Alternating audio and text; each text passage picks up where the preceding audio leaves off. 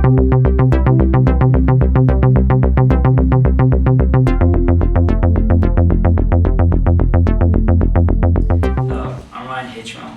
and welcome to my film about PTSD and how it affects veterans.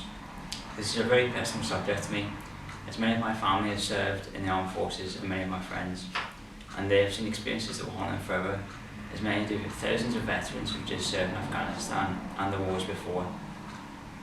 For me, I want to know how it affects them, why it affects them so differently compared to other people.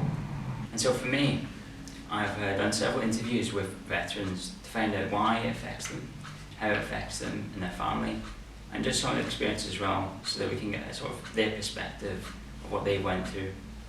So I welcome you to join me on a journey of understanding why PTSD affects veterans and why it affects them so differently.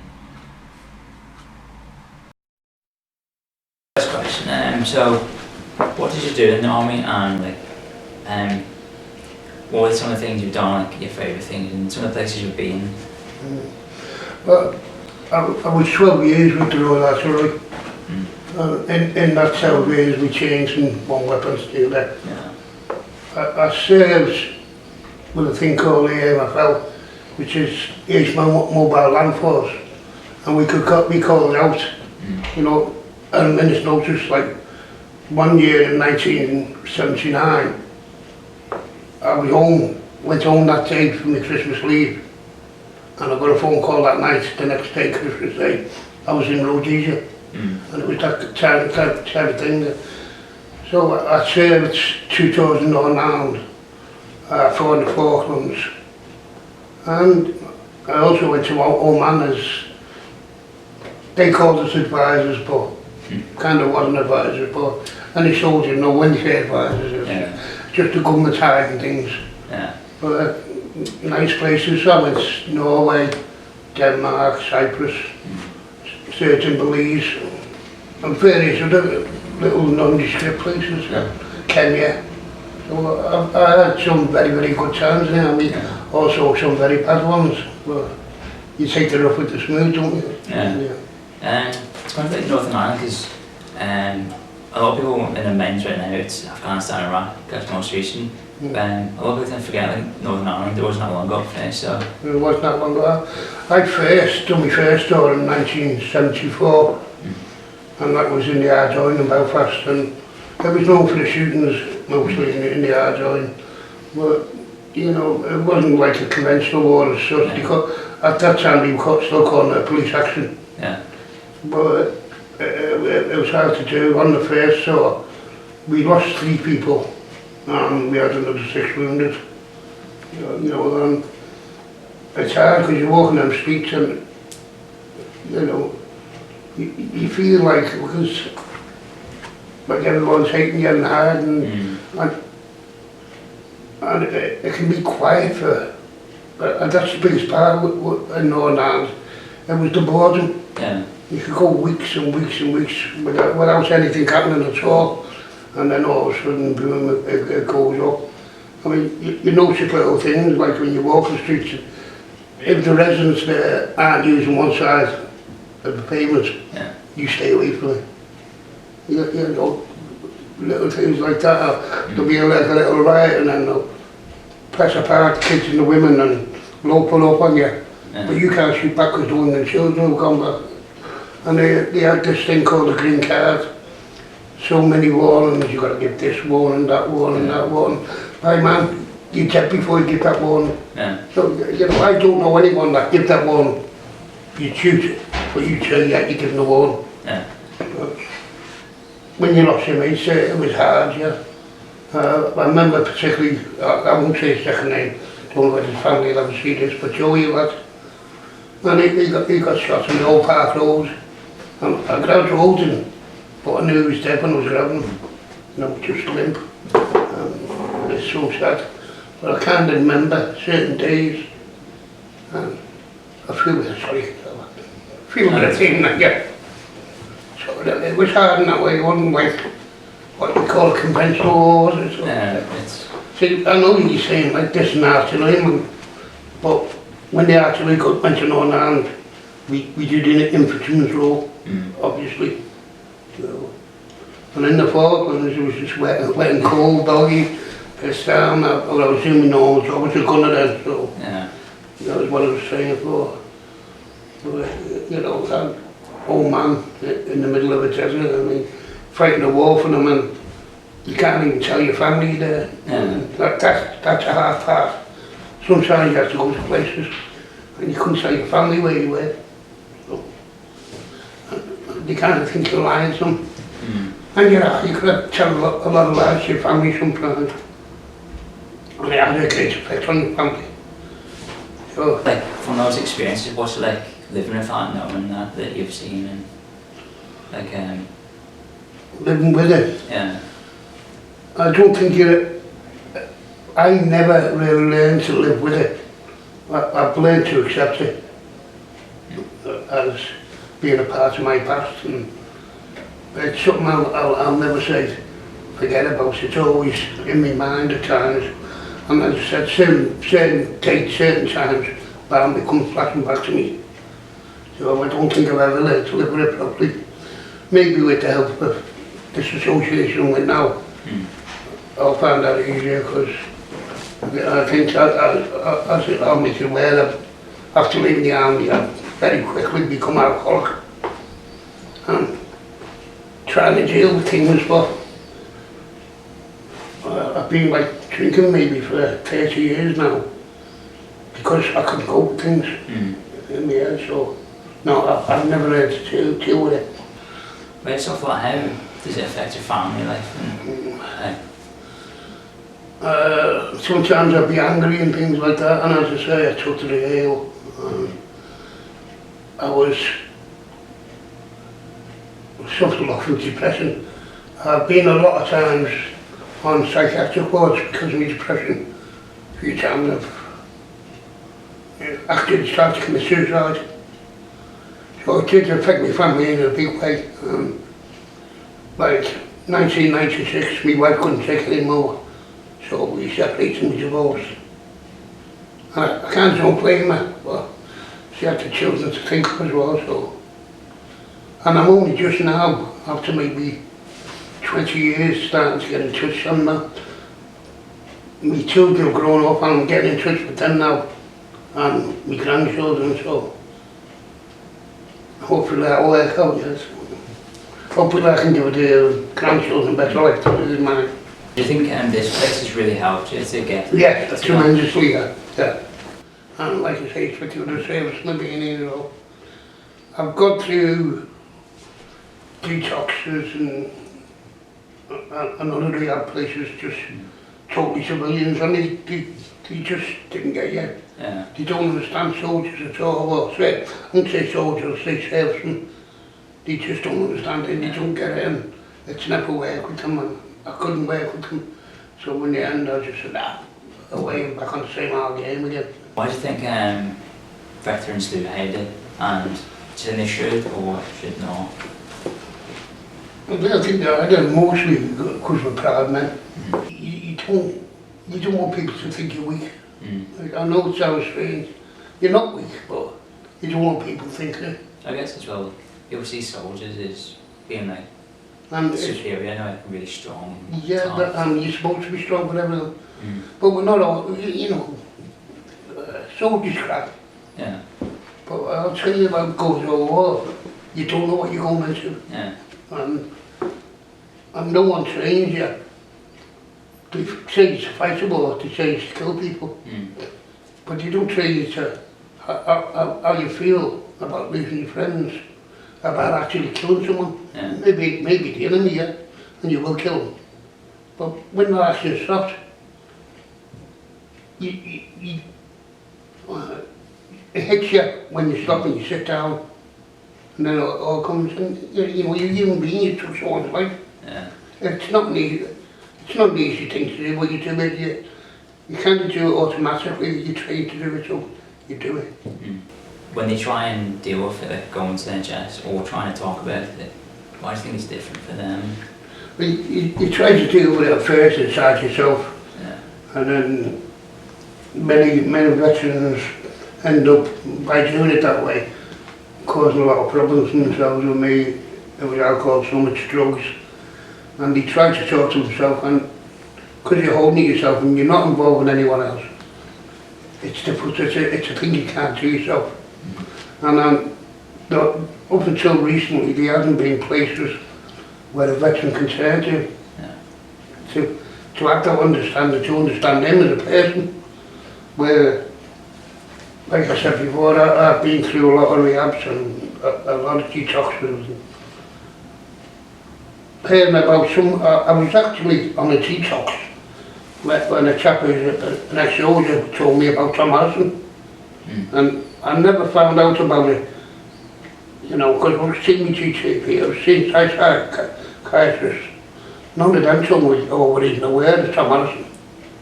They were aware of me being a soldier now, but they weren't aware of what goes on here. And it was actually just a fella, he said himself, ex-squaddy, he told me about it there. So I gave them a phone call and one of the staff come up, had a chat with me, and I had to wait about 7 weeks before the place became available here. But the best thing I did was walk it downstairs. You know, and it's like the old comrades just back again. Yeah. It's like that, it's the way when squaddies meet each other, they just click, but not like... Yeah, it doesn't matter here what regiment you're in. See, while you're in the army, there's a big rivalry between regiments, obviously, as you know. But yeah, the rivalry's gone. We're all in there together, When you do leave the army, what's it like trying to adapt to Civvie Street? And oh, hell. Oh. It just not the same. You're used to your routine. You used to be in married quarters where your bills are took out your wages. So and you just don't fit in. I started, the first job was a postman. I just couldn't take it, you know. Some dickhead tried to tell me what to do when he's about 20 years old. I don't know. So, no, but I've actually, just because I couldn't stick with these jobs, I couldn't stick with the people in it. No sense you know, you make a joke and they're like, you know, like yourself. And I don't know what it is, waiting civvy jobs and that. Because once they find out you've been a soldier, they just themselves from you. You kind of don't want to know you, and you say, you know, I'm just like you. Simple things like paying your bills. You're that used to it, everything in order for you in the army, so you didn't get behind your bills because you come out, so you find yourself in debt. You know, that's the biggest part. I think every soldier suffers at a time, or every serviceman should say, is building up big debts when you come out. Because you basically come out with nothing, you start your life all over again. You haven't even got basic furniture now when you move out, because all your furniture stays in the married quarters. So when you come out, in my day, it was, there you go, and you've got the clothes you're wearing coming out.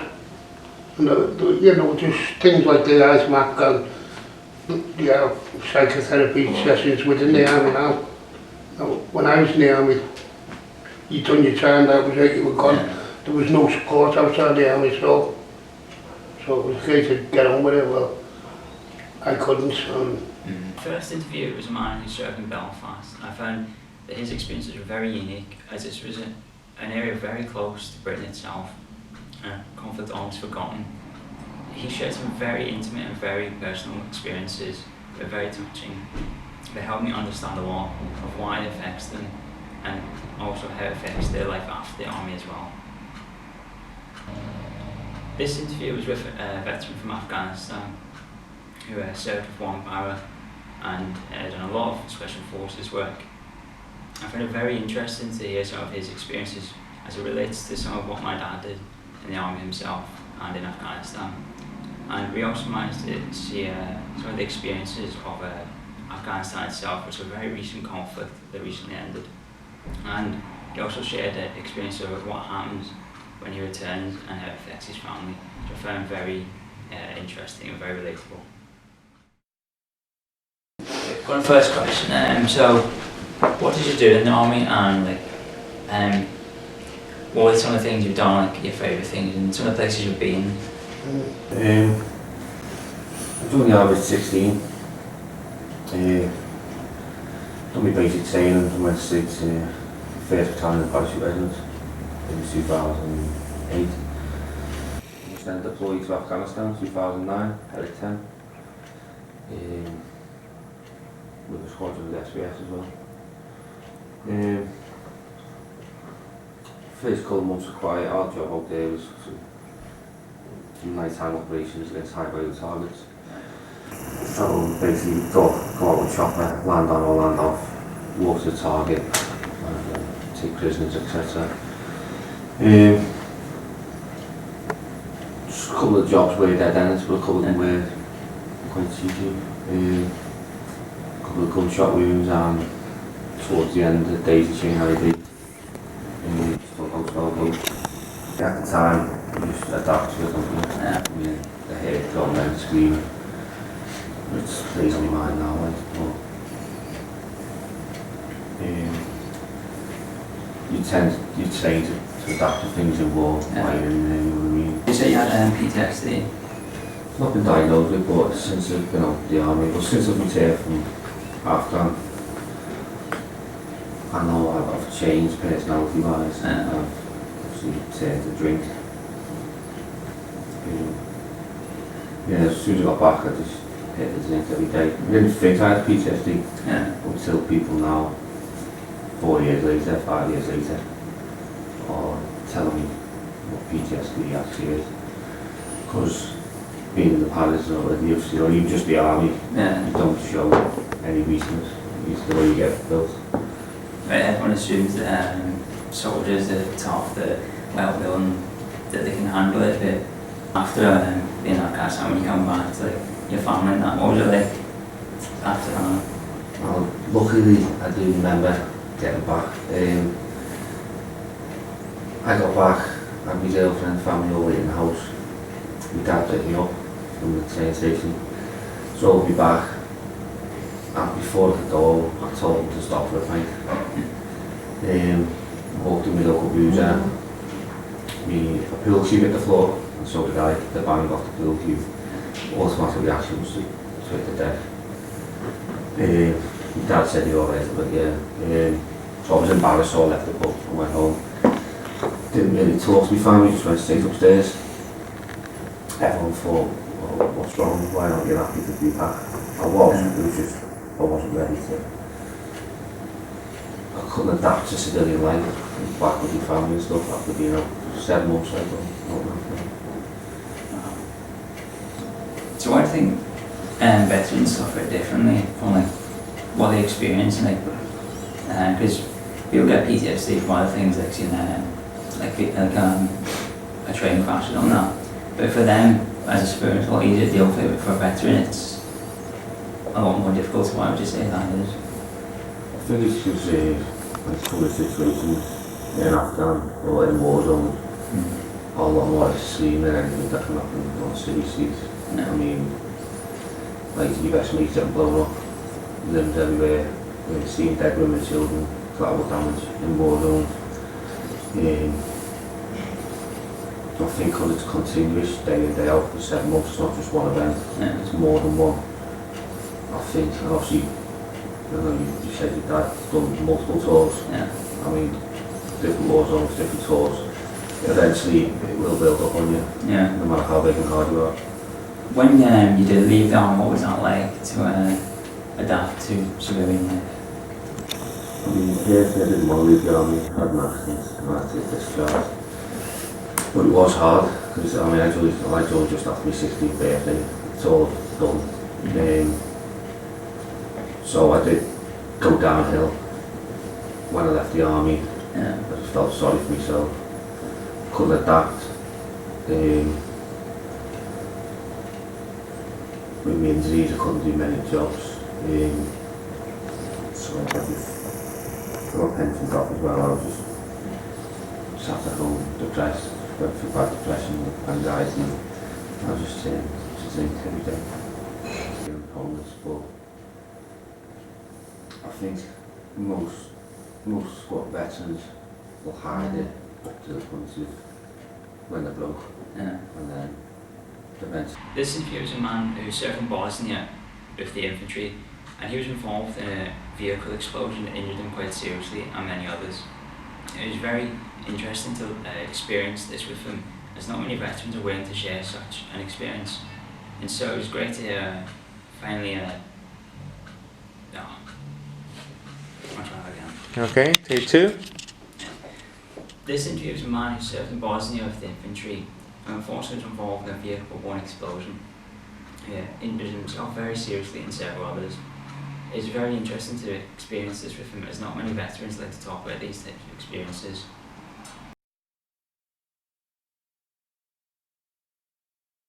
To start, just what did you do in the armed forces, and how did you do, and what was it like for you? Well, I spent 4.5 years in the 2nd Battalion Royal Green Jackets as an infantry soldier. Obviously I come out as a corporal from 2 tours of Bosnia and Kosovo. I enjoyed my time in the army. You know, there was times where things were difficult and hard, but obviously I expected that when I joined up. Then got worse to me. When I was in Bosnia, I got caught in a blast. Lost a mate, and my mate who was seriously injured, and I almost lost my right leg out there. Obviously shrapnel missed my main artery by a millimetre. Taken back to the military hospital for a major operation on it, and after that I just seemed to have went downhill from there. Based on that, what was it like with those experiences, what you've seen and went through? I was okay at first. It was obviously when I left and things like that I started getting all the night tremors and waking up at night sweating and having visions again and things like that, and having all pain in my leg and stuff like that. So yeah, it affected me pretty bad, and obviously I started getting into addiction like gambling and drinking a lot and things like that, so to try and hide from the fact that obviously I was suffering. And how did this affect your family? It affected them pretty bad really, because obviously when I drank, I'd become violent, angry, wouldn't recognise what I was doing, get up every morning, my mum and dad wouldn't speak to me. I mean, obviously it was like what was the word I'm looking for? It was like happening all the time. So obviously I'd get up and think, if it's over to me, I'm not done it again. If they haven't, yeah, I'm all done something. And that passed on to my marriage, which broke down due to the addictions of gambling and alcohol. My wife used to always say to me, I needed help, and I always denied it. So it took me like 8 years to even go to a doctor and say, listen, I've got problems like. And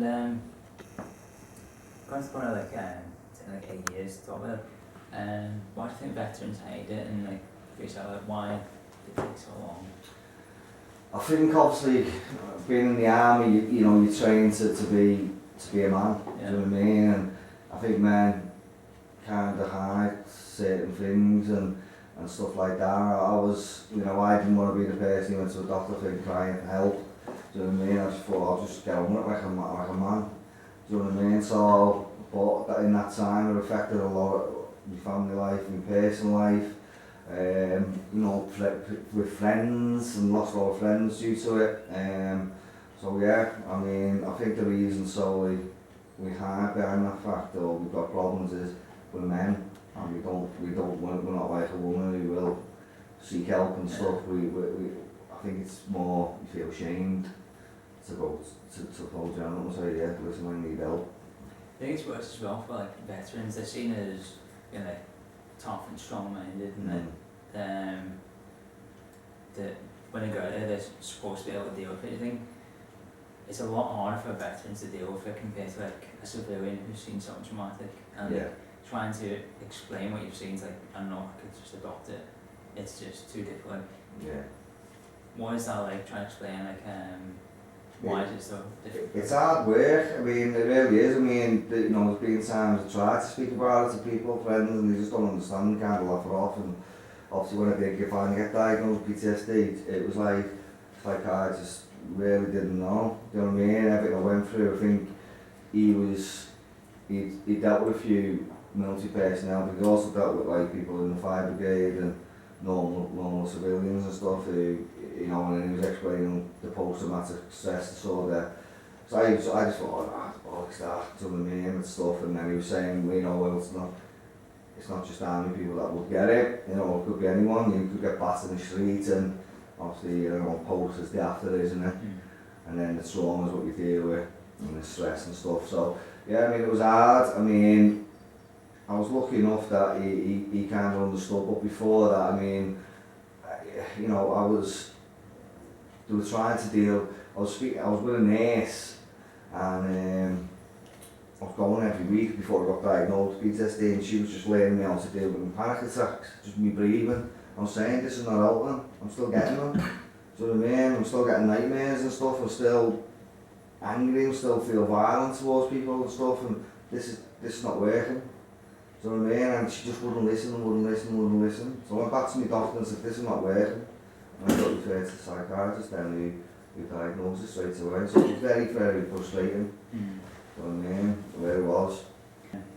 A place like this, why is it so helpful to you?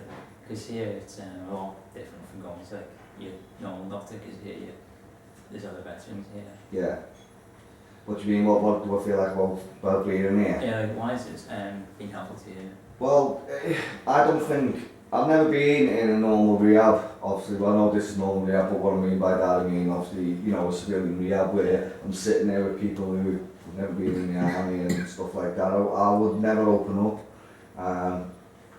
Obviously, since I've been in here, it's taught me that, you know, it's okay to be emotional, you know, it's okay to speak about things, and, you know, I trust the people that are in here, and I've never opened up, didn't even open up to my wife, I mean, even my best friend and stuff, so, I mean, that says it all, you know, what this place has done for me. I mean, because I used to be just one who just, like, shirked it and just did it, and left it in my head, do you know what I mean, which is obviously not good. But now when I feel like I'm sharing and speaking to people about my experiences in the army and my addictions, you know, outside of the army and what I've done, you know, I feel a lot better for it, you know, so, yeah, I think it's been great. And when you left the army, what was it like, compared to like, where you are now, that you can talk about it, and you've got a place like this, when you left the army, what was it like then? I probably had an all-time low when I left the army.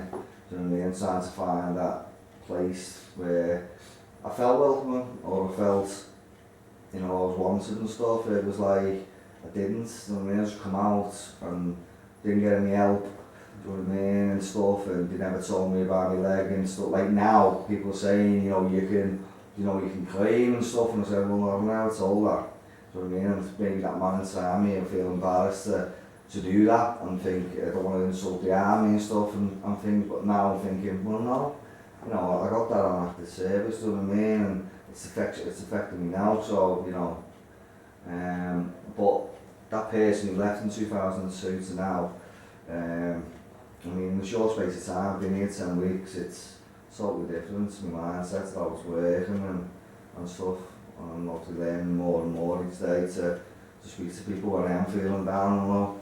Things, because obviously I know the PTSD is always going to be there, so there's going to be days when I'm feeling low, but obviously I need to obviously deal with it, do you know what I mean, and being here it's learning to deal with it, and I don't need to hide, it goes with addiction to hide that fact, so. And being here that you can talk to other veterans and be open about it, with other veterans, that sort of bond you have, the way if you go to civilian and trying to quit the army, they just don't understand it. All the terminology, they're just like, what? And then when you go to a veteran, it doesn't matter where they're from or what uniform, you just click with them straight away. Yeah. So what's that like, and how it helps with dealing with it? Well, obviously, because, you know, most people who've come through here, we've all got addictions and we've all been in the service, whether it's been in Afghan, Ireland, Iraq, Kosovo, Bosnia. So, I mean, we've all had similar experiences, so it's the comradeship, do you know what I mean? And it's like the discipline and stuff like that. So, and it's easy to get on with people like that than it is to get on with a normal person out there, do you know what I mean? Because, you know, I've been in places, you know, I've been to places where I spoke about it and people just like frown and stuff like that, you know, or just switch off and just go, you can see it. But here people listen to you. You know what I mean? And that kind of frustrates me out there. You know what I mean? That they don't give a thought. You know, to people that are in now and people that have left and have got issues. Yeah. You know, it's like 70% of the population in jail as soldiers. You know what I mean? That's quite worrying. You know what I mean? So it just makes it show. I mean, when I come in here, you know, I was lucky that the judge gave me another chance. He never heard about this place. And for the offences that I did do, I should have went to jail, but he didn't give me a second chance. I've never been in trouble before, lucky enough. And I put me here and I've got my head down. And yeah, I mean, if it's being out there now, I think a normal rehab centre wouldn't have helped. I'm just being in the veterans place. That's why I was quite shocked when I come here that this is the only veterans place there is in the UK. Yeah. Madness. Let's see if there's anything else. Yeah, that should be everything, I think. That was excellent. Thank you very much. Brilliant. Thank you. No problem. Cheers, buddy. Nice meeting you. Nice meeting you. No worries. Thank you very much. And go. This interview is with a volunteer, Tom Harrison House. He served in the army as well and suffered very badly with PTSD from his experiences. But he found that being a volunteer at Tom Harrison House has helped him greatly.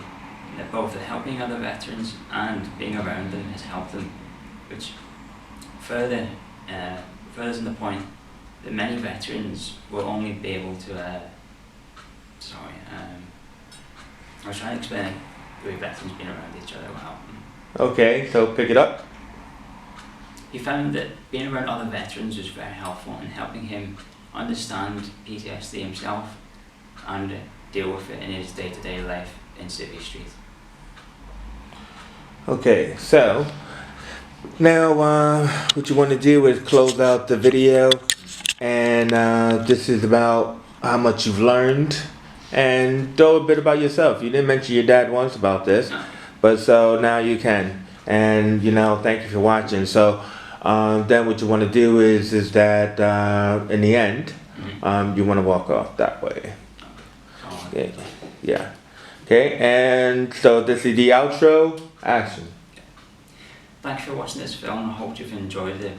I also hope that you've understood PTSD and how it affects veterans more. So I've learned that many veterans, it's not that their experiences affect them as badly, it's that no one understands them or that they can't really open up to anyone about it, as many of them are seen as being tough since they've been in the armed forces. And I believe that people should talk about it a lot more, and it would be a lot more helpful if people would support veterans, both just saying thank you, but also listening to them and trying to understand their experiences. Show up off now. Well, you actually didn't like close it, right? You know, hold on. What did you do in the armed forces? How long did you do, and what was it like for you? Well, I joined when I was 18. I joined the infantry, the Royal Green Jackets. Done 2 tours in Northern Ireland. My first tour was 4 months, and my second was, well, it was a 2-year posting, so I was there for 2 years. I had mixed feelings about the army there. I had some brilliant times in the army, great laughs and stuff like that. And then I had some bad experiences in Northern Ireland when some of my battalion were killed. That had a big effect on me. And I think when I got out, I kind of took all that stuff with me. And then I ended up drinking a lot. And then my drinking turned to using drugs.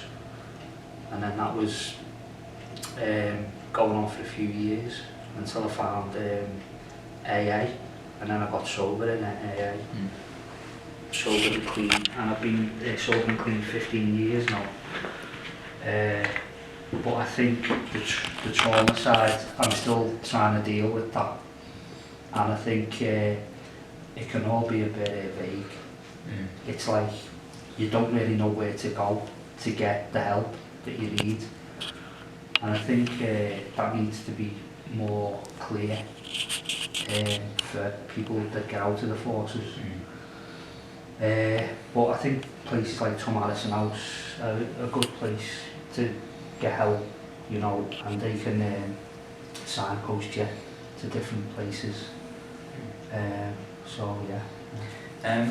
Based off like the things you've seen and like done and that, like some of those experiences, what's it like living with those and trying to deal with it, and like how it's affected you? I think just when we do get back into Civvie Street, it's just being able to function in a normal way, like you go to work and socialise and just have a normal life. I've found that it's hindered me doing that because of anxiety, depression, not being able to sleep, and that just affects my relationships and stuff. So I have found it difficult, yeah. But how does it like affect your family having it? Because with me it's kind of weird when I was a lot younger, Yeah. trying to understand it. Yeah. I think my family, it can be difficult for them because I don't think they understand like where you're coming from, and I think you can feel a bit alienated. So I think that would be a good thing if people could understand more about it, maybe. Yeah. And do you think veterans should like hide their PTSD or not? And like, why do you think some veterans do that? Because like my dad, for about 5 years, he just didn't say anything, wouldn't talk about it, and then now he's starting to be a bit more about it. I think it's your pride, really, because I know people that have gone through worse things than I went through, and I think I thought that I could deal with it, and I think I thought it wasn't that bad in a way. So, but you just don't know how you can be affected by these things. And what do you think is like different for a veteran compared to when like if a civilian sees a traumatic event, they can go to the NHS and they can talk about it really easily, but for a veteran it's doctors, they don't really understand. It's very difficult to explain what you've seen and how it's affecting you. Yeah. Why is it different? Yeah, why is it like for a veteran like? I'm not sure, maybe civilians don't experience things that veterans do. It might be more extreme, I'm not sure. And I think when you're in operations, you're there for a long period of time, so you're kind of living with that day after day, week after week. And civilians might just experience one event. So I'm not too sure. Maybe that's what it is. Yeah. And like during operations, like you'll be obviously every day you may be seeing quite bad things. Like one of my cousins when he was in Afghanistan, his fire base was under attack every single night, and they went through thousands of rounds. And then you have to kind of just, how do you like get through that from when you first start to the end of your deployment? How do you get through that? Well, personally, I was brought up a Catholic, and I always kind of kept, I didn't go to church, but I think I had a lot of faith that helped me, and that's what I used to pray. Yeah. How's this place like been helpful to you, and what's it been like compared to when like you started here or before that, what you're like and what you're like now? Well, I'm actually a volunteer, so I didn't go through the system here, but I have volunteered and I've been around the lads quite a lot, so I know how it works and stuff. But just coming as a volunteer, it's really helped me loads. Being around the lads, because we're all ex-military, I feel as though there's a bond between us, and I help them, and I think, well, A recurring theme with many veterans is that they need a lot of support, especially once they've left the army, as they find it very hard to talk to civilians in the NHS, including doctors and nurses, as they never understand what it's like being in the armed forces and what they've seen. And thus I interviewed Jackie from Tom Harrison House, who has been very helpful to these veterans. We've all said that with As I interviewed Jackie Tom Harrison House, and action. Forgot what my name was on. Should I start from As I interviewed Jackie from, yeah. As I interviewed Jackie from Tom Harrison House, I found that veterans need a lot of support, not just from, I keep forgetting where I'm at. Well, what I wanted you to say was first introduce her, let her do the interview, and then come back to the fact of that how come we don't have the support in Britain, like, you know, and everything. So yeah, that's probably what's throwing you. Okay, ready and action. I interviewed Jackie from Tom Harrison House, which is a charity that helps many veterans with alcohol and drug issues, but also to deal with their PTSD so that they can help adapt to civilian life. And now you're back. Okay. I found that in America they have a VA system. Alright, let's do that more cleanly. Ready and action. From this interview we learned that Jackie had been to America and seen that they have a VA system which helps veterans once they leave the armed forces and throughout their life in dealing with many problems that they face, such as drugs and alcohol. In Britain we do not have this system, we just use the NHS, believing that a free service will help them. But many of the veterans said that this service does not help at all, as no one can understand them or see it from their perspective. But what we need is more places like Tom Harris House that could help veterans understand their experiences, talk about them, and be able to be more open and understandable. You want to end that cleanly? You need more places like. Alright, and action. Okay. What did you want me to say that again? Well, you just want to end it, but so take that end back to we need more places like as you were saying before. Okay, ready and action. I believe we need more places like Tom Harris House, as it's very difficult for veterans in Britain that even though the NHS is a free service, the NHS does not understand their experiences or how it affects them. And in this video we discovered that no one really understands veterans except for these charities such as Tom Harrison House that help them. And I believe that we need more of these to help veterans, as the Afghan war has just recently ended and there are thousands of veterans who in the near future will begin to suffer badly from PTSD but will not have the support available from the government.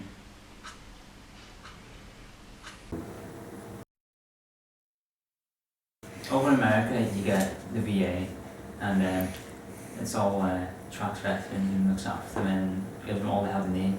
But in Britain it's more, as soon as you've left the army, you no longer have a problem. And why do you think it's like that in Britain? Like, why do we have to rely on organisations such as this and others and just charities basically?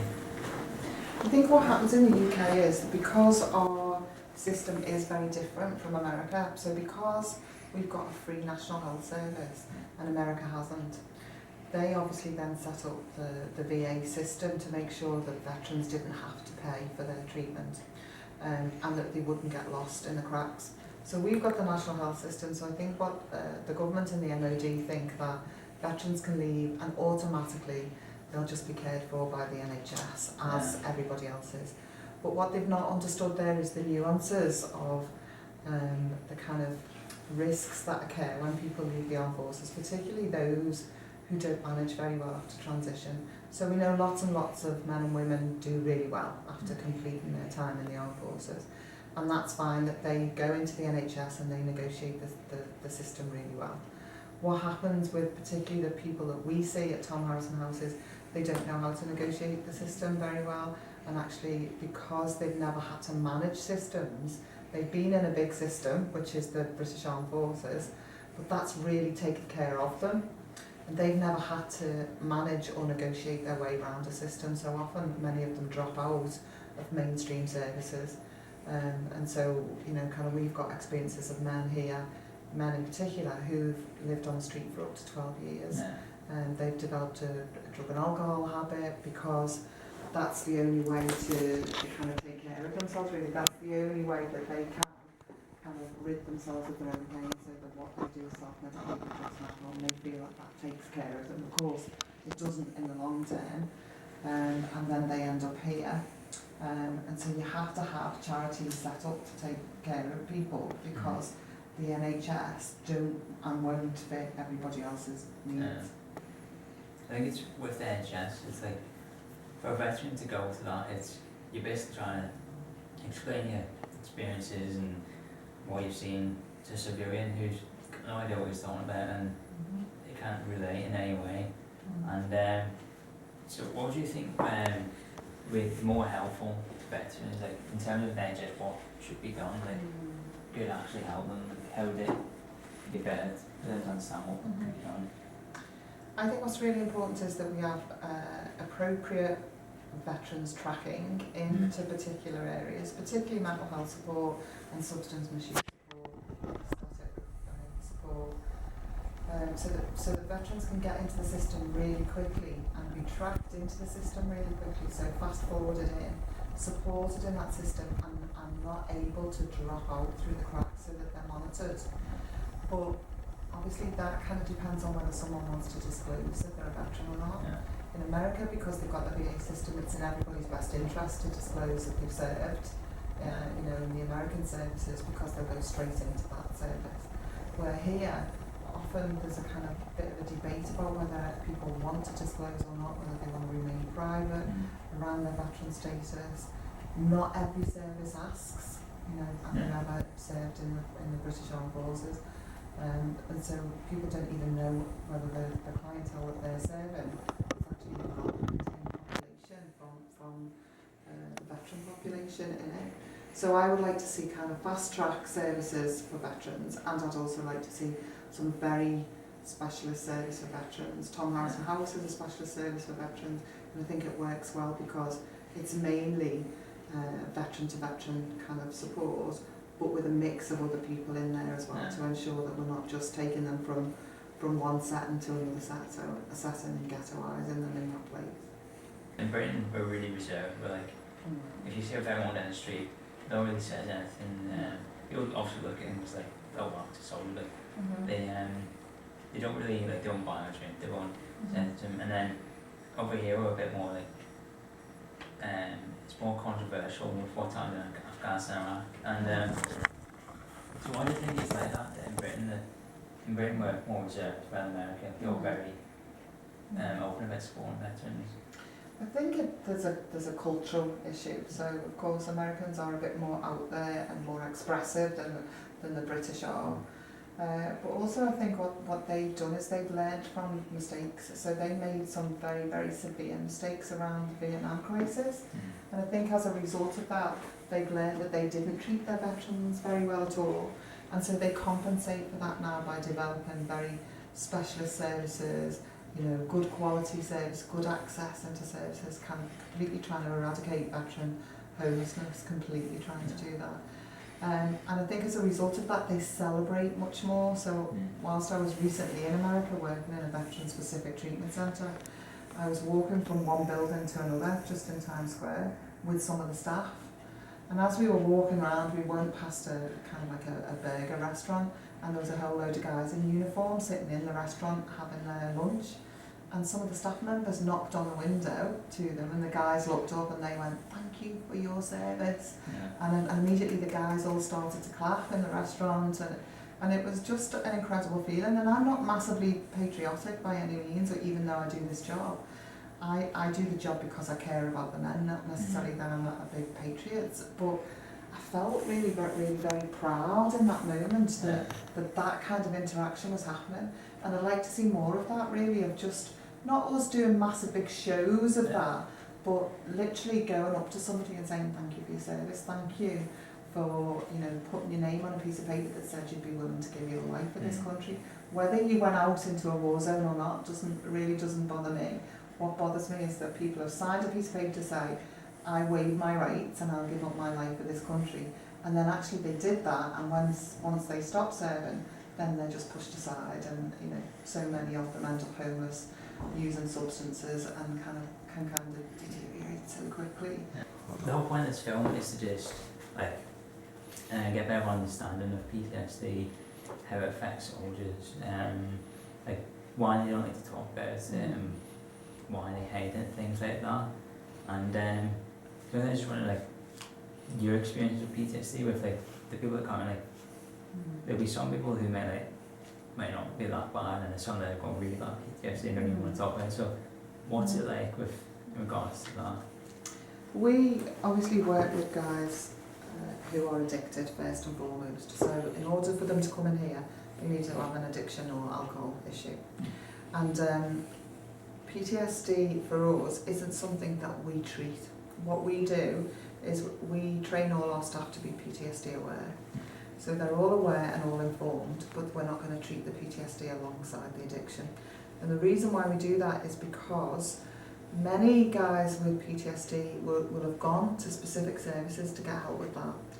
And when they get there and they say they've got an addiction problem as well, that service says to them, oh, well, we can't treat your PTSD, you need to get your alcoholism or your addiction sorted out first. So then they go to a mainstream treatment centre, and the mainstream treatment centre says, yeah, we can treat your addiction. Have you got any other mental health problems? And when they say, yeah, we've got kind of active PTSD problems or anxiety or depression or bipolar, whatever it is, then that treatment centre will often say, oh, we can't work with that, you need to get your mental health sorted out before you get your addiction sorted out. So they just go like a pinball machine, backwards and forwards, backwards and forwards. So what we thought was open a centre whereby we're not treating the PTSD, but we're working with it, but treating the addiction at the same time and being PTSD aware. So we can have guys in here who've got very minimal symptoms. Some have got none whatsoever, they're just in here solely for their addiction. Some have got very minimal symptoms around their PTSD, and then some have got a kind of much more fuller and more kind of traumatic kind of issues really. And they can range from anything to being kind of hypervigilant, so very much as soon as there's a loud noise, people jumping on the skin. They can also range from people being very dissociated, so they just completely cut off from all emotion, don't want to have any feelings whatsoever because they feel that you'll just get engulfed by them and won't be able to come back from that. And we work with it in very, very different ways. Obviously it's just been bonfire night, so of course there's a number of our guys who are very frightened on bonfire night, and so we do a check-in about kind of how we're going to manage that, whether the guys need to all be together in one house, whether they actually need to go away, is there a place where they need to kind of be and be in a residential facility somewhere else. So we kind of work through all of that. Also, if someone has a kind of live issue in terms of their PTSD, so we've got someone who has kind of a bit like a convulsion every time he has a flashback. So because his symptoms are so severe, we work with a psychotherapist who can support him as well. So if he's feeling like he's going to that place where there's no coming back from, we can contact a psychotherapist who should work with him directly, so we can still continue to work with his addiction and not discharge him because his mental health symptoms are too bad for us to manage. So we work with it on all kinds of different levels, and I think a lot of people as well get highly medicated, and some of them are too over-medicated, so we need to look at what really is their medication helping them. So some of our guys, we like for them to be re-evaluated and look at the appropriate use of medication and what actual therapy is going to help them once they've left us. So by the time they leave us, they're clean and sober, and they can then really go and work in a very different way around their PTSD. A lot of older ones from like say 30 years ago, how different is it from like them when they left the army and would have PTSD and that compared to now where they can get a lot of help? So the earlier ones who kind of left the service kind of 20, 30 years ago, they will say that it was very different, their experience when they left. The ones coming through now from more recent conflicts will say there was more help on offer for them, but that it still wasn't enough. So still there isn't enough being done. We recently went to a conference where one of our guys asked the brigadier who was speaking about kind of what support levels are available now for transition. And these guys had left over 20 years ago. And the brigadier said, well, now you can kind of get 6 weeks to 6 months kind of support during the transition period, access to training, access to resources, access to job placements. So there was a huge amount of resources and help put on the table, he said. And so one of the guys said, well, you know, I had to leave very quickly because of my substance misuse and alcohol problems, so what support would I got? The brigadier said, well, none. You know, and he said, well, even if I had PTSD, and he said, well, we could have directed you to get help with your PTSD, but because you were drinking, then probably not. So all you'd get really is a voucher for a train home, and then you have to make your way around the system. And so one of the guys said, well, when I was discharged, you know, I literally didn't even get a voucher for the train, I was just told to go. And so there's, you know, there's obviously these varying stories, and although the culture is supposed to be different now in terms of transition, I suspect if it's, you know, if it's an undiagnosed PTSD issue, topped up with alcohol or other substances, they'll just get packed off. And one of the guys said, Sir, could you tell me what's the transition period for a military canine? And the brigadier said 2 years.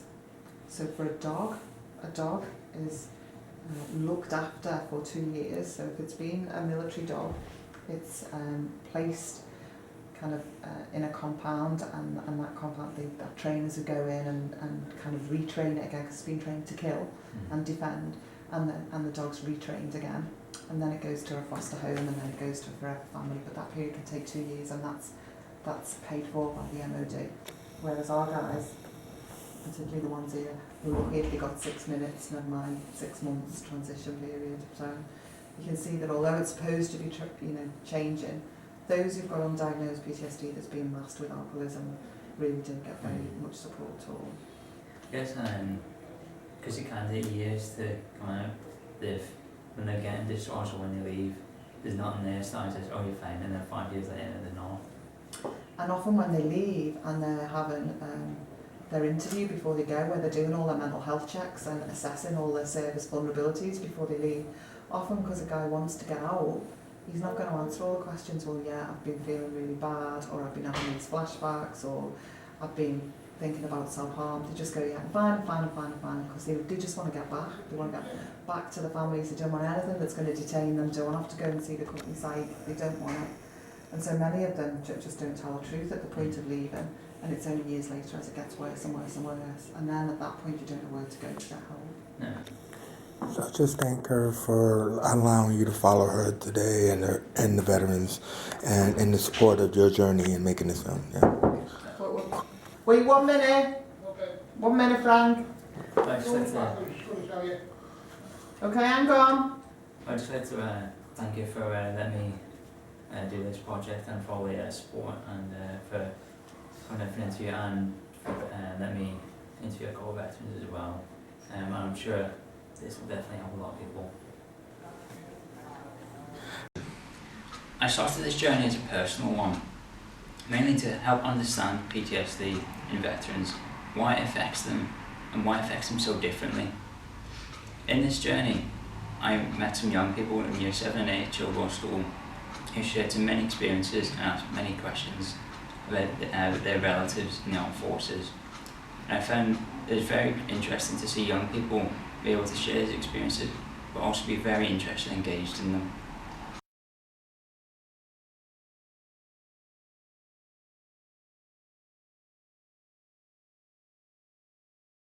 For me personally, I want to understand my dad a bit more, who served in the army for 22 years and went to Afghanistan and Iraq and seen so many terrible things, and has only recently been able to talk about these things.